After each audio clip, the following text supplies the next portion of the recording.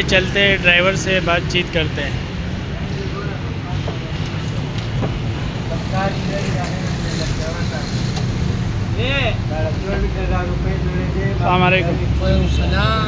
भाईजान क्या हाल है?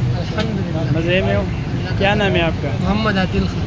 मोहम्मद आदिल। जी जी। मोहम्मद आदिल भाई, आपको कैसे लगा यहाँ पे काम करवाते हुए? बिल्कुल माशाल्लाह अच्छा लगा और बहुत अखलाक के साथ बेहतरीन काम हुआ, टाइम का भी बचत हुआ, अल्लाह का। तो गाड़ी की सीटें मीटें आपको कैसे लगी? बिल्कुल ज़बरदस्त सही लगी है माशाल्लाह, जैसा बोला था वैसा ही काम हुआ है। अच्छा, कोई धोखा कोई फ्रॉड नहीं हुआ। ठीक है।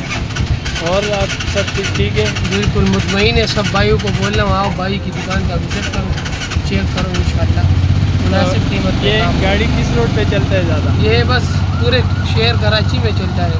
तो पहले से और अभी के काम में कैसा फ़र्क महसूस कर रहे हैं? बहुत बेहतर हुआ ना, पहले कैसा था और अब कैसा है। थोड़ा बहुत पैसा लगा तो उस्ताद ने काम करा है, उस्ताद से पूछो पहले किस कंडीशन में था और अब किस कंडीशन में। ठीक है इंशाल्लाह। ओके।